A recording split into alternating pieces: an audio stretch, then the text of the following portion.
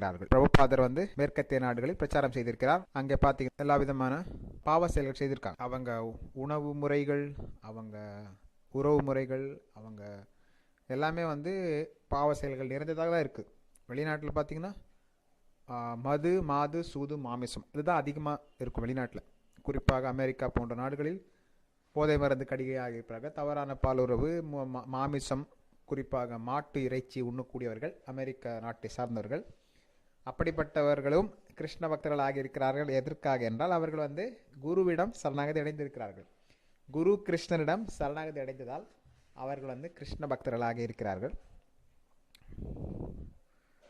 So எவ்வளவு பெரிய பாவியும் சிறந்த வைஷ்ணவர் ஆகலாம்.